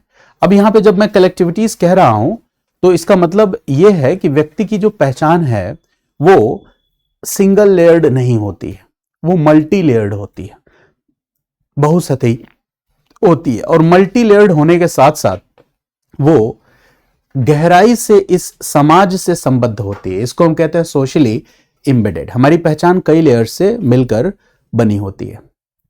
तो जिन समाजशास्त्री की मैंने बात पहले की थी, सी राइट मिल्स से, उनके जो कॉन्सेप्ट की बात की थी सोशियोलॉजिकल इमेजिनेशन, उसमें उन्होंने ये बात फिर से स्थापित की कि एक व्यक्ति की जो पहचान है कई लेयर्स से मिलकर बनी होती है, जिसमें सोशल, इकोनॉमिक, पॉलिटिकल, इन सारे कॉन्टेक्स्ट को हम जोड़ के देख सकते हैं। यानी हमारी आइडेंटिटी जो है समाज से बाहर तो बनती नहीं है, इसी समाज में हमारी आइडेंटिटी बनती है। ये मुद्दा है, यही समाज हमारी पहचान को गढ़ता है। अब देखो क्या होता है, दो चीजें होती हैं जब समाज हमारी पहचान को गढ़ता है। दो चीजें एक साथ चलती हैं, समाज हमारी पहचान को गढ़ता है और यह भी हो सकता है कि इन फ्यूचर हम इसी समाज की एक नई पहचान को गढ़ दें। जैसे गांधी का उदाहरण लीजिए। भारत में क्या था, औपनिवेशिक सत्ता के विरुद्ध संघर्ष था, राष्ट्रीय आंदोलन। गांधी ने क्या किया, उन परिस्थितियों ने गांधी को गढ़ा और फिर गांधी ने राष्ट्रीय आंदोलन को गढ़ा। भारत में जिस तरह से जातिगत भेदभाव, रूढ़िवादी व्यवस्था, अस्पृश्यता, इस तरह की भेदभाव मूलक समाज था, उस समाज में अंबेडकर रहे। उस समाज में उनके जो एक्सपीरियंसेस थे, उन एक्सपीरियंसेस ने उनको गढ़ा, उनको सामाजिक दृष्टि से इतना संवेदनशील बनाया। और ये जो अथॉरिटी थी जो समाज में, जो दलितों को एक अलग निगाह से देखती थी, उस अथॉरिटी को चैलेंज करने के लिए उन्होंने उतनी ऊंची शिक्षा हासिल की और संविधान निर्माता बने। तो देखो, एक तरफ यही समाज अंबेडकर की पर्सनालिटी को गढ़ रहा है और दूसरी तरफ वही अंबेडकर हमारे संविधान को गढ़ रहा है और वही संविधान हमारे समाज को गढ़ रहा है। तो ये चीजें कितनी साइक्लिक हैं, कितनी चक्रीय हैं, ये बात आपको समझनी है। तो व्यक्ति जो है, इंडिविजुअल, पूरी इंडियन सोसाइटी यही हमको समझाती है कि अलग अलग सोशल कॉन्टेक्स्ट में व्यक्ति को समझने की आवश्यकता है। समाज में रहते हुए व्यक्ति अलग अलग रोल्स, मल्टीपल रोल्स प्ले करता है, अलग अलग भूमिकाएं निभाता है। जैसे एक और समाजशास्त्री हैं जिनका जिक्र एनसीईआरटी बुक में है, एर्विंग गॉफमैन। तो एर्विंग गॉफमैन का जो विचार है वो इसी से संबंधित है। एर्विंग गॉफमैन ने कौन सा विचार दिया, ये मैं आपको बताऊं। तो देखो, जो एर्विंग गॉफमैन है ये एक प्रसिद्ध समाजशास्त्री है और इनका विचार यही है कि इन्होंने क्या किया कि व्यक्ति की जो रोजमर्रा की जिंदगी है, डेली लाइफ एक्टिविटीज है, इसका बड़ा ही सूक्ष्म अध्ययन किया और उस अध्ययन करने के बाद उनका जो निष्कर्ष था वो एक कॉन्सेप्ट के रूप में सामने आया और उस कॉन्सेप्ट को उन्होंने ड्रामेटर्जिकल अप्रोच कहा। जैसे सर्जिकल होता है वैसे ड्रामेटर्जिकल। तो इस अप्रोच को एर्विन गॉफमैन ने ड्रामेटर्जिकल अप्रोच कहा। और जब एर्विन गॉफमैन ने ये ड्रामेटर्जिकल अप्रोच दिया, तो इस ड्रामेटर्जिकल अप्रोच में इन्होंने क्या कहा, समझिए इस बात को, बहुत गंभीर बात है। इनका यह कहना था कि जिस तरह से, जैसे आपने थिएटर, रंगमंच या नाटक ये जरूर देखा होगा, सुना होगा, जानते होंगे आप इसके बारे में। तो एर्विन गॉफमैन ने कहा कि हमारा पूरा का पूरा जो समाज है, हम जिस समाज में रहते हैं, ये पूरा का पूरा समाज ही एक मंच की तरह है। ठीक है, एक मंच की तरह। और हम एक व्यक्ति के रूप में, एक इंडिविजुअल के रूप में, हम एक व्यक्ति के रूप में या इंडिविजुअल के रूप में एक्टर्स हैं, जो यहां पे क्या कर रहे हैं, इस मंच पे अपनी भूमिकाएं अदा कर रहे हैं। और सबसे बड़ी बात है कि ऐसा नहीं है कि हम समाज एक मंच है और एक व्यक्ति के रूप में हम अपनी भूमिकाएं निभा रहे हैं। इन्होंने कहा कि जब हम एक एक्टर के रूप में अपना रोल प्ले कर रहे हैं, अपनी भूमिका निभा रहे हैं, तो ये हम मल्टीपल रोल्स एक साथ प्ले कर रहे हैं। सोचो हम कितने मजे हुए एक्टर हैं। हम केवल बॉलीवुड के तो जो कई सारे, जैसे गोविंदा है, वो एक खास रोल में टाइप कास्ट हो गए। आप समझते हैं इस बात को, वर्सेटाइल रोल्स नहीं कर पाए। नवाज हुए, इरफान हुए, इन्होंने वर्सेटाइल मतलब तमाम अलग अलग भूमिकाओं में अभिनय किया, तो ये बहुत अच्छे अभिनेता माने जाते हैं। उनसे बड़े अभिनेता हम लोग हैं, उनसे भी ज्यादा तरह के डाइवर्सिटी वाले रोल्स हम करते हैं इस सामाजिक जीवन में। ठीक है, अब जैसे देखो क्या है, एरविन गॉफमैन ने कहा कि ये समाज जो है एक मंच के रूप में है, तो ठीक उसी तरह से मंच में क्या होता है कि मंच का एक सामने का भाग होता है, फ्रंटल पार्ट होता है जहां पे अभिनय किया जाता है, और मंच का एक पीछे वाला हिस्सा होता है, बैक साइड पोर्शन होता है, बैक साइड पोर्शन होता है, दो हिस्से होते हैं। तो इनका कहना था कि समाज एक मंच के रूप में है और हम एक अभिनेता के रूप में क्या कर रहे हैं, मंच के जो फ्रंटल, ये देखो, ये जो फ्रंटल साइड है, यहां पे जैसे एक्टिंग हम करते हैं और यहां एक्टिंग की तैयारी करते हैं। तो इनका कहना देखो, हमारी भूमिका भी ऐसी है, जैसे मान लो एक शिक्षक के रूप में मैं आपको शिक्षा दे रहा हूं या पढ़ा रहा हूं, ऑनलाइन पढ़ा रहा हूं, तो मुझे पता है कि मैं जो कुछ भी पढ़ा रहा हूं ये सारे वीडियोस मैं क्या करूंगा, पब्लिक करूंगा। यानी कि मैं मंच के सामने अभी हूं। मैं कहां हूं, मैं एक इंडिविजुअल के रूप में, मैं अपना ही एग्जांपल ले लेता हूं कि मैं सौरभ गोस्वामी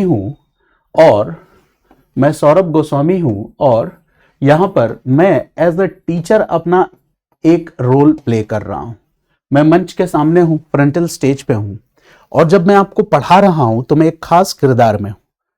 इस किरदार के अकॉर्डिंग मैंने, मतलब ड्रेसिंग सेंस भी वैसा ही है। ऐसा नहीं कि मैंने लाल टोपी, हरी कमीज और पीला पजामा पहन लिया, ऐसा कुछ नहीं। मैं इस रोल के अकॉर्डिंग वेल ड्रेस्ड हूं। जब मैं आपके सामने बात कर रहा हूं, आपसे कम्युनिकेट कर रहा हूं, तो मेरा व्यवहार बड़ा ही नियंत्रित है। मैं बहुत ही सभ्य तरीके से बात कर रहा हूं, शब्दों का चयन बहुत सतर्कता पूर्वक कर रहा हूं। यानी मैं यहां जो रोल प्ले कर रहा हूं, इसमें भरपूर एक्टिंग है, भरपूर अभिनय है, भरपूर दिखावा है।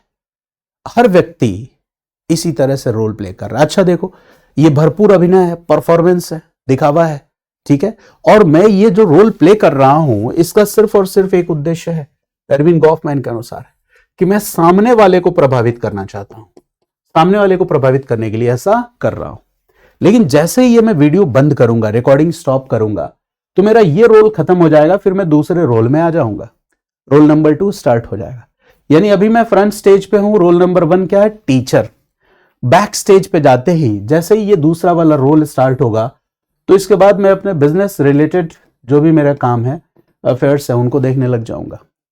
फिर थोड़ी देर बाद मेरा रोल नंबर 3 शुरू हो सकता है कि मैं कहीं प्लेग्राउंड में जाके क्रिकेट खेलना शुरू कर दूं, तो वहां पे मैं नई भूमिका में हूं, और वो क्या है, प्लेयर की भूमिका में।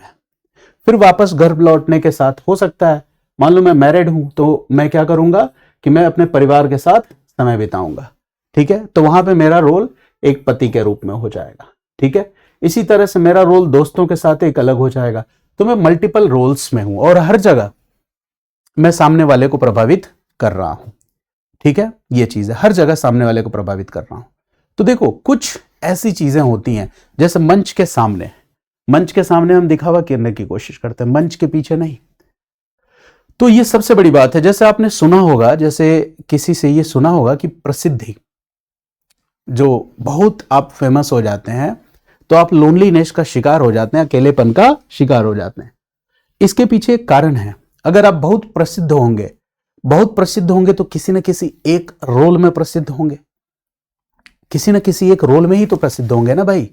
जैसे मान लो हमारे कोचिंग इंडस्ट्री में कोई एक पर्सनैलिटी जो बहुत ही फेमस है, वो बहुत अच्छी बातें करते हैं, बहुत फिलोसफिकल बातें करते हैं, बहुत नॉलेजेबल और बहुत अच्छी चीजें लोगों को टीच करते हैं, तो धीरे धीरे हमारा देखने का नजरिया उनको क्या हो गया है कि वो वैसे ही है। अच्छा, कहीं वो लीक से हट के कुछ अपना मतलब एक्टिविटी करते हुए हमने उनको देख लिया, या जिस ड्रेसिंग सेंस में, जिस स्टाइल में वो हमेशा देखते हैं, उससे अलग हमने उनको देख लिया, तो फिर जो वो इमेज है जो हमारे दिमाग में फिट है, वो इमेज कहीं ना कहीं चैलेंज होगी और उसको हम बुरा समझ लेंगे। तो ये हमारी क्या है, लिमिटेशन है। तो इसकी बात को आपको समझना होगा कि जो हमारी पर्सनालिटी है, जब हम बहुत प्रसिद्ध हो जाते हैं तो हम जो एक इमेज की वजह से प्रसिद्ध होते हैं, उस इमेज को मैनेज करने में हमारा टाइम और एफर्ट चला जाता है, और उस इमेज को मैनेज करते करते हम लोनलीनेस का शिकार हो जाते हैं। कल के डेट में मैं बहुत प्रसिद्ध हो जाऊं, क्योंकि यूट्यूब बहुत खतरनाक चीज है। हो सकता है मैं वीडियो बनाते बनाते जीवन भर वीडियो बनाऊं, प्रसिद्ध ना हो जाऊं, और हो सकता है 2-4 महीने बाद 2-4-10 वीडियो वायरल हो जाए और मैं बहुत प्रसिद्ध हो जाऊं।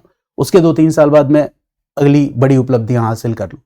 तो जैसे ही मैं बड़ी उपलब्धियों की तरफ बढ़ता चला जाऊंगा, मेरा जीवन अकेलेपन का शिकार होता चला जाएगा। ये उसका आउटकम है। तो हमारी आइडेंटिटी मल्टी लेयर्ड है, ये बात हमको समझनी है।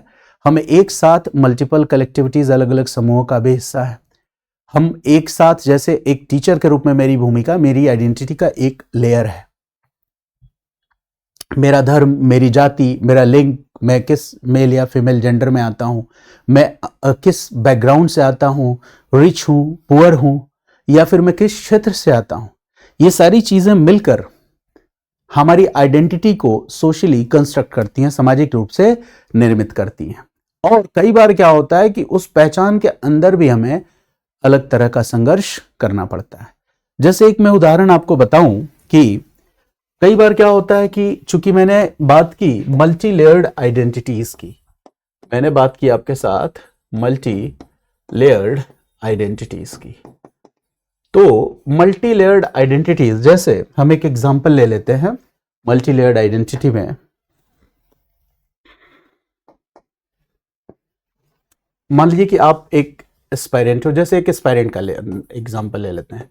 यूपीएससी एस्पायरेंट है जो बहुत ही हम्बल बैकग्राउंड से आता है, और हम्बल बैकग्राउंड से आता है, और वो दलित समुदाय से आता है, दलित समुदाय से आता है, दलित समुदाय से आता है। किसी ने उसको गाइड किया, मोटिवेट किया कि तुम आईएएस की तैयारी करो, और जब आईएएस की तैयारी करोगे वहां रिजर्वेशन, आरक्षण का लाभ भी तुम्हें मिलेगा, और इस तरह से तुम अपने दलित समाज के जो दूसरे युवक हैं उनके मनोबल को भी बढ़ा पाओगे, उनको भी प्रेरित कर सकोगे, मार्गदर्शित कर सकोगे, अपना समाज, अपना जीवन बदलोगे, समाज को भी सशक्त करोगे। ये बात उस बच्चे को समझ में आई और उसने तैयारी करनी शुरू की। करोल बाग आया, उसने कोचिंग ली, तैयारी की, वो आईपीएस बन गया। आईपीएस बनने के बाद उसने नौकरी ज्वाइन कर ली। फिर उसकी शादी होती है, उसकी शादी जिससे होती है वो लड़की भी आईएएस है, और इस तरह से अपने जीवन के कई वर्ष वो उस नौकरी में बिता देता है। और एक समय आता है कि वो अलग अलग प्रमोशंस पाते पाते एडीजीपी लेवल का एक अधिकारी बन जाता है। एडीजीपी बहुत बड़ा पद होता है भारतीय पुलिस सेवा का, और यहां पर एडीजीपी लेवल का इस रैंक का अधिकारी होते हुए, और उसकी बीवी आईएएस है, सीनियर आईएएस है किसी स्टेट की। एक दिन वो एक सुसाइड नोट लिखता है और अपनी सर्विस रिवॉल्वर से आत्महत्या कर लेता है, सुसाइड कर लेता है एडीजीपी रैंक पे होते हुए। और जो उसने लेटर लिखा, सुसाइड लेटर लिखा, उसमें उसने अपने साथ होने वाले कास्ट बेस्ड डिस्क्रिमिनेशन, जातिगत भेदभाव का उल्लेख कर दिया। Caste based discrimination. अब ये बात सुनने में बड़ी अजीब लगती है कि भाई हमने रिजर्वेशन का बेनिफिट दिया, सामाजिक आर्थिक रूप से पिछड़े लोगों को आरक्षण का लाभ दिया, आईएएस आईपीएस जैसे पद पे पहुंच गए, और फिर वहां पहुंचकर भी आपके साथ कास्ट बेस्ड डिस्क्रिमिनेशन जैसी चीजें हुई। ऐसी घटनाएं हमारे समाज में होती रहती है। मैंने एक उदाहरण दिया, तो देखो क्या है, आप इस बात को समझो। मैंने कहा आपकी आइडेंटिटी, आप एक यूपीएससी एस्पायरेंट से थे, हम्बल बैकग्राउंड से थे, आप आईपीएस हो गए, आपकी पत्नी आईएएस है, सब कुछ है। इससे आपका क्या हुआ, सोशल स्टेटस भी इंप्रूव हुआ।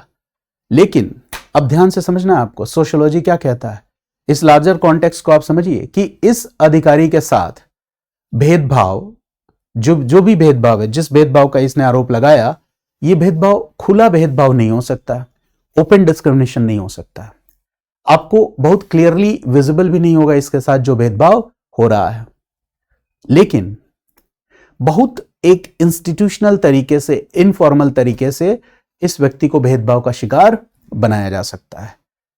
क्योंकि अलग अलग समाज के अलग अलग हिस्सों में आप देखेंगे कि मैंने कहा कि सोशल कैपिटल भारत में जाति, कास्ट भी एक सोशल कैपिटल है, जेंडर भी एक सोशल कैपिटल है। तो आप देखेंगे कि हर जगह ऑर्गेनाइजेशंस में फॉर्मल तरीके से नहीं, मैं बार बार कह रहा हूं, इनफॉर्मल तरीके से, अनौपचारिक रूप से ऐसे कास्ट बेस्ड नेटवर्क्स डेवलप हो जाते हैं और उस कास्ट या उस समूह से जुड़े हुए लोगों को वो प्रत्यक्ष या अप्रत्यक्ष तरीके से मदद भी पहुंचाते हैं। यानी यहां पे इस बात की संभावना है कि कोई मतलब आपको गाइडेंस चाहिए अपने किसी सीनियर अधिकारी से, तो वो क्या करेगा, आपको समय नहीं देगा। इनफॉर्मली जब उस नेटवर्क के लोग एक साथ बैठ रहे हैं तो आपको उस मीटिंग में, इनफॉर्मल मीटिंग में आपको नहीं बुलाएंगे। डिसीजन मेकिंग प्रोसेस में आपको कम इंपॉर्टेंस दिया जाएगा। आपको कई बार इस बात का एहसास कराया जाएगा कि आपके साथ भेदभाव हो रहा है। तो ये तनाव कहीं ना कहीं आपको होगा।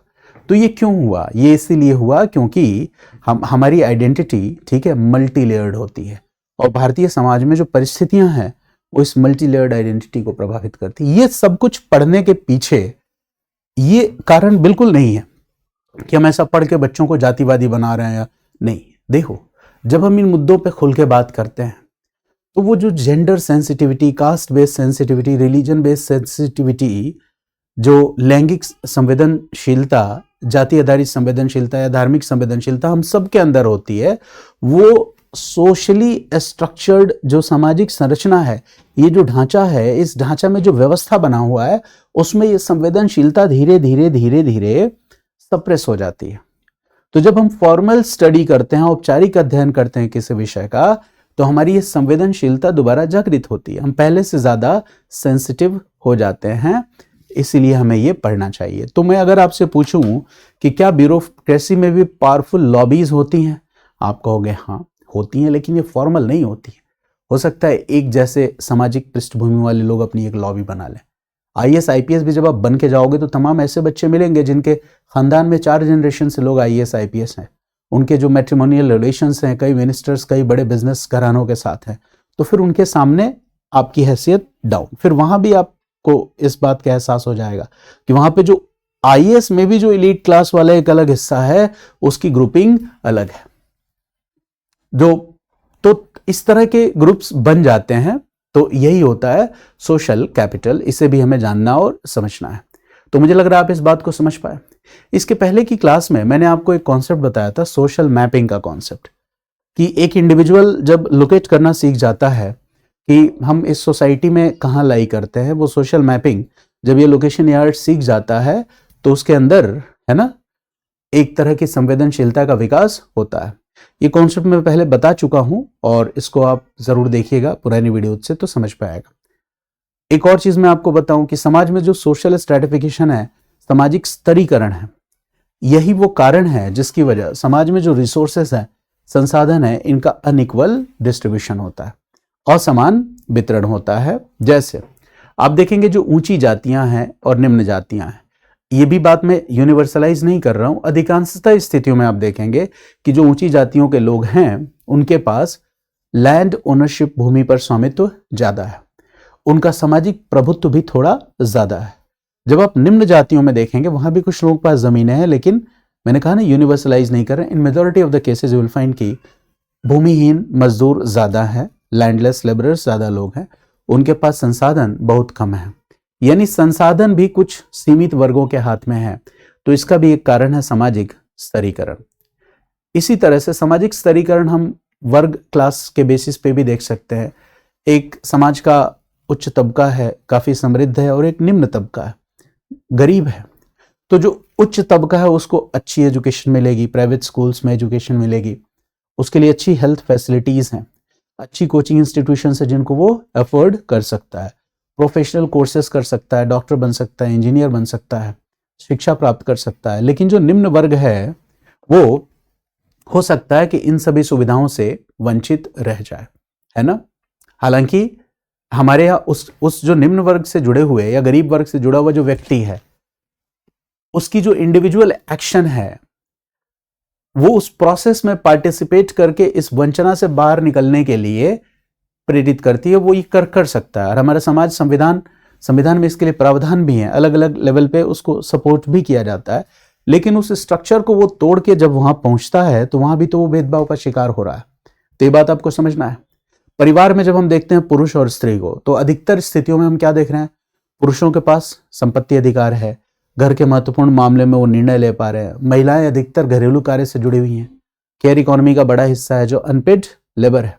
अधिकतर संसाधन पुरुषों के पक्ष में जाते हैं। ये भी एक तरह का डिवाइड है।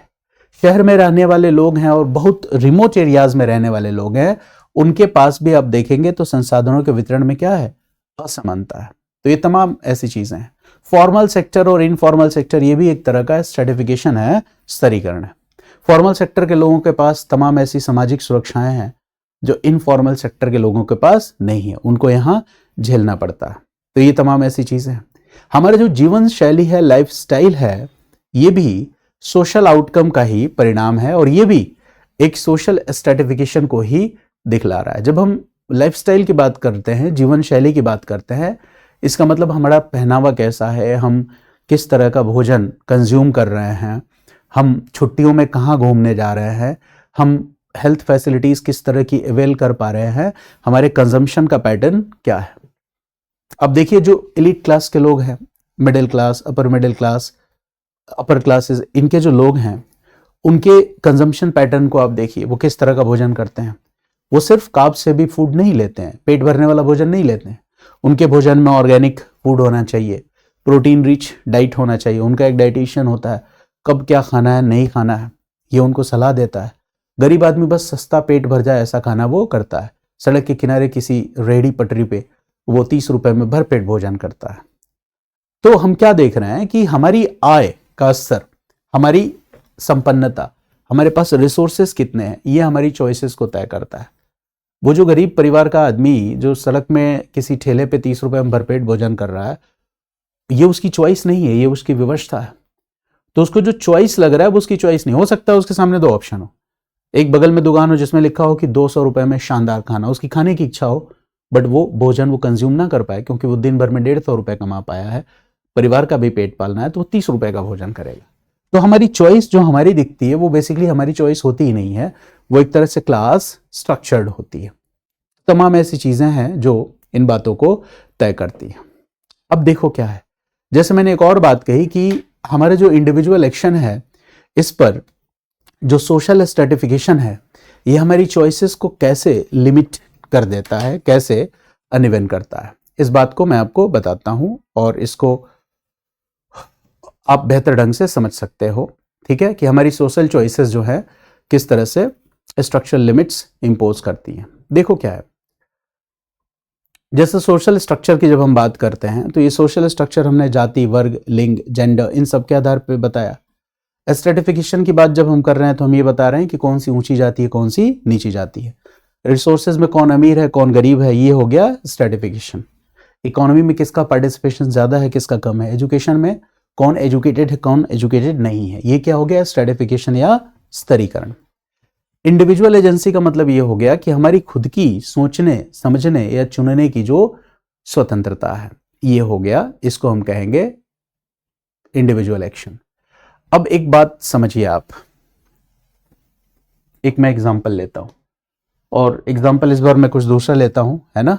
जैसे हम ले लेते हैं एक महिला जो है, वुमेन, जेंडर बेस्ड स्ट्रेटिफिकेशन का हम एग्जांपल ले लेते हैं। जेंडर बेस्ड स्ट्रेटिफिकेशन का हम एग्जांपल ले लेते हैं, जेंडर बेस्ड स्ट्रेटिफिकेशन।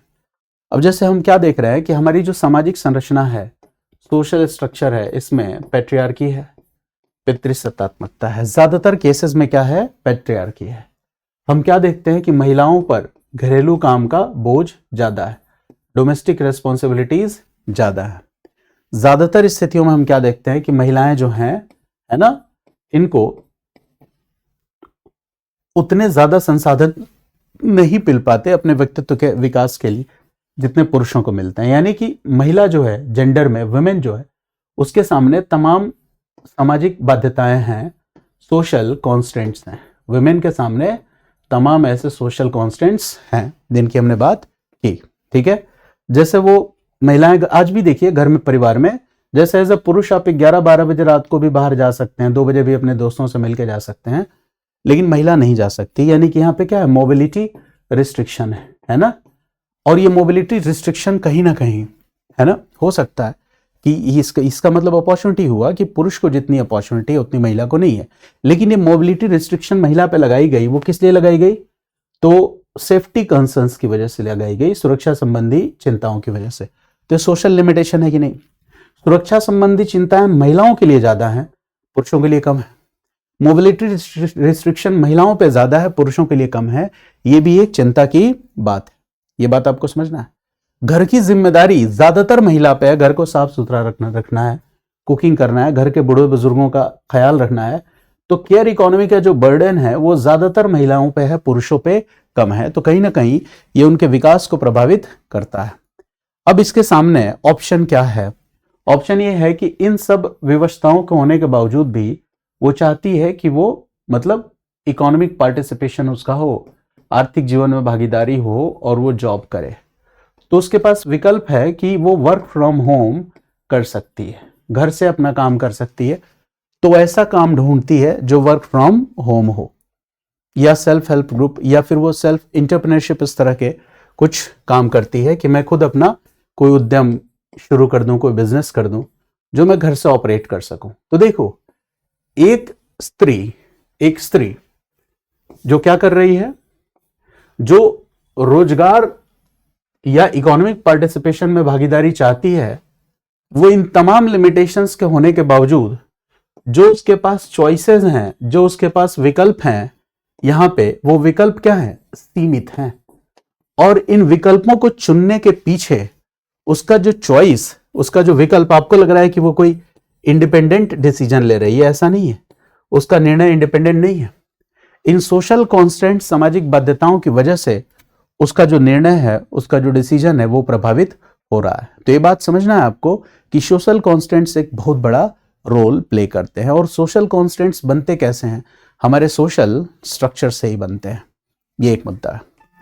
एक और बात मैं आपको बताऊं जो बड़ी ही इंपॉर्टेंट है, और वो ये है कि देखो, जो इंडिविजुअल है, जो व्यक्ति है, और जो सोसाइटी है, जो समाज है, पहले भी बता चुका हूं, और ये बड़ी महत्वपूर्ण कॉन्सेप्ट है। इन दोनों के बीच में एक डायलेक्टिकल रिलेशन है, इन दोनों के बीच में एक द्वंद्वात्मक संबंध है, डायलेक्टिकल रिलेशन है।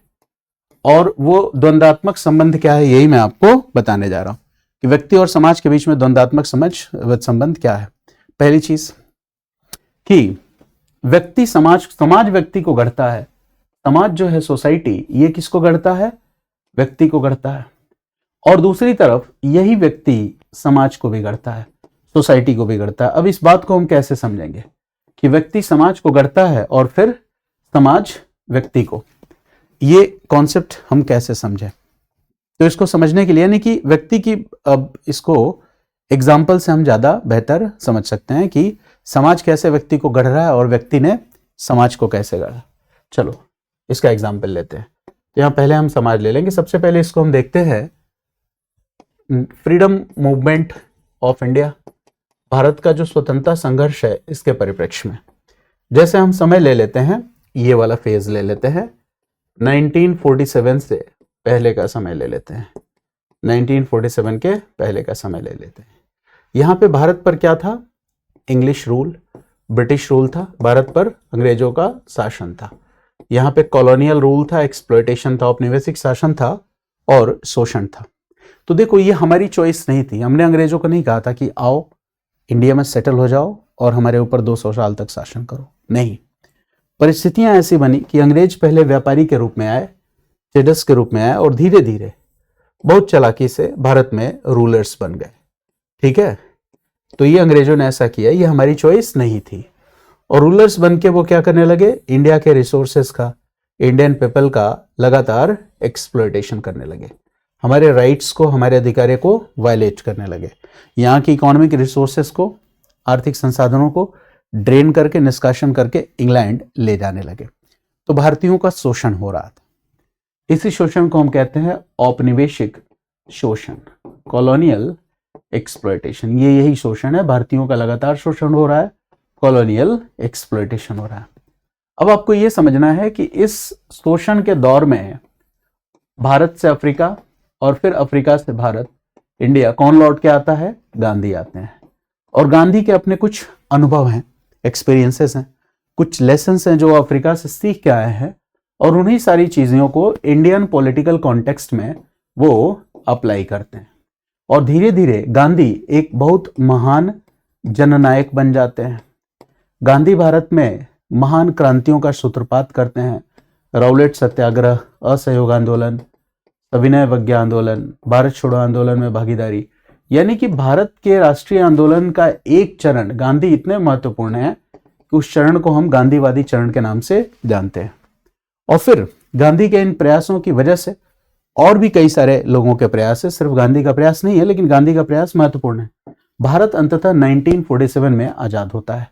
1947 में भारत आजाद होता है। तो देखो यहां पे गांधी जो हैं, गांधी के प्रयास से भारत आजाद हुआ और गांधी एक महान जननायक के रूप में उभरे। तो एक बात हमेशा याद रखना, कोई भी व्यक्ति जो इतना प्रसिद्ध हो जाता है वो सिर्फ और सिर्फ अपनी इंडिविजुअल कैपेबिलिटी, व्यक्तिगत सामर्थ्य की वजह से प्रसिद्ध नहीं होता। कुछ समय ऐसा होता है, कुछ परिस्थितियां ऐसी होती हैं, कुछ टाइम एंड स्पेस ऐसा होता है जिसमें वो महान बन जाता है और प्रसिद्ध हो जाता है। उसमें उसकी भूमिका होती है लेकिन बहुत कम होती है, मार्जिनलाइज होती है। अगर भारत गुलाम नहीं होता, अगर भारत में औपनिवेशिक शासन नहीं होता, अगर भारत में वैसी परिस्थितियां नहीं होती तो शायद गांधी यहां पे महान नहीं बने होते। जैसे देखो भारत में, जैसे पूरे विश्व में कोरोना पैंडेमिक की स्थिति देखी गई, तो उस कोरोना पैंडेमिक के दौर में सारे मतलब educational institutes, offline colleges, school सब बंद हो गए। उस दौरान जिस टीचर ने ऑनलाइन प्लेटफॉर्म को अपना माध्यम बनाया, ऑनलाइन प्लेटफॉर्म से जिसने नॉलेज इंपार्ट करना शुरू किया, चूंकि यहां पे लोगों के सामने विकल्प की सीमितता थी, चॉइसेस बहुत कम उपलब्ध थे, यूट्यूब प्लेटफॉर्म को यूज करके पढ़ाना शुरू किया।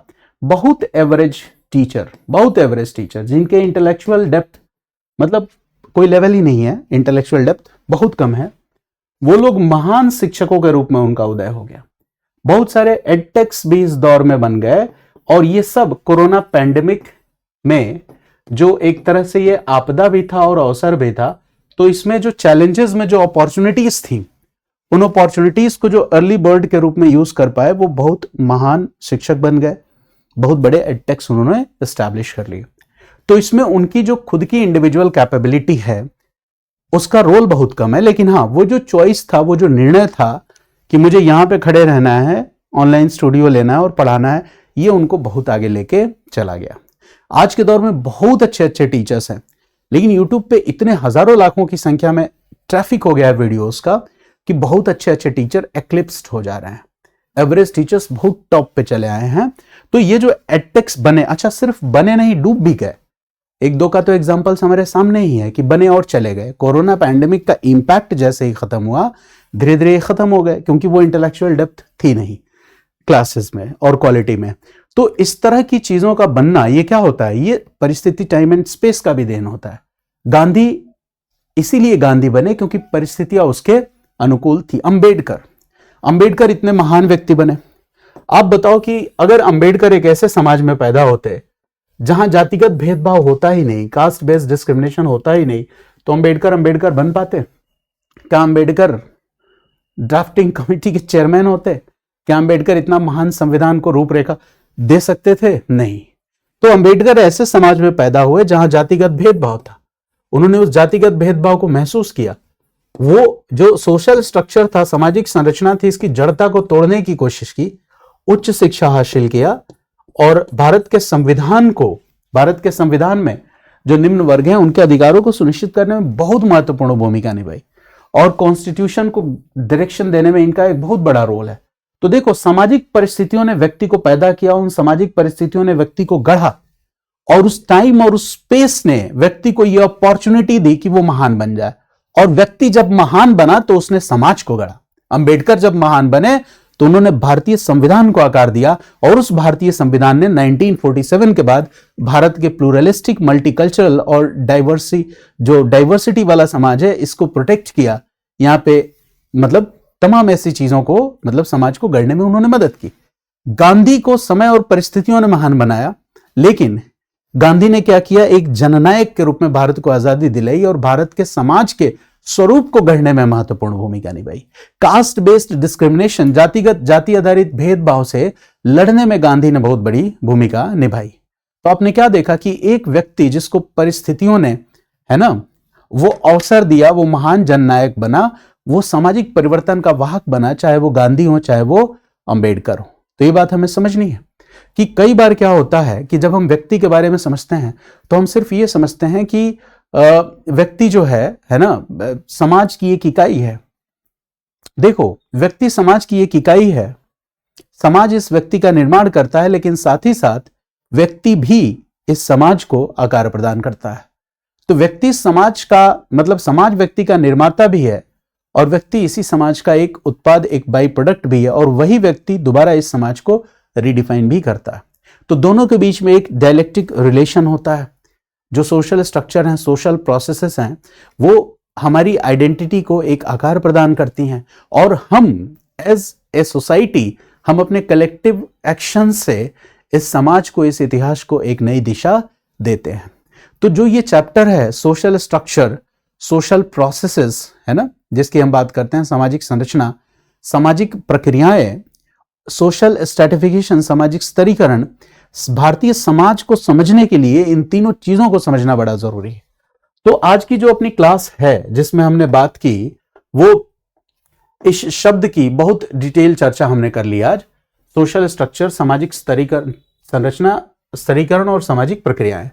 इसके बाद की जो वीडियो होगी, चूंकि इसके अंदर भी मैं यहां पे जो दो टर्म्स दिख रहे हैं ना आपको, सोशल स्ट्रक्चर और सोशल स्ट्रैटिफिकेशन, ठीक है, इस डायमेंशन पे मैं बात करूंगा अगली क्लास में। और जब मैं इस पे डिस्कस करूंगा तो हिस्ट्री, इकोनॉमी, पॉलिटी के जितने डायमेंशंस हैं जो आपको यूपीएससी में पढ़ना है, उन सब से रिलेट करके डिस्कस करूंगा।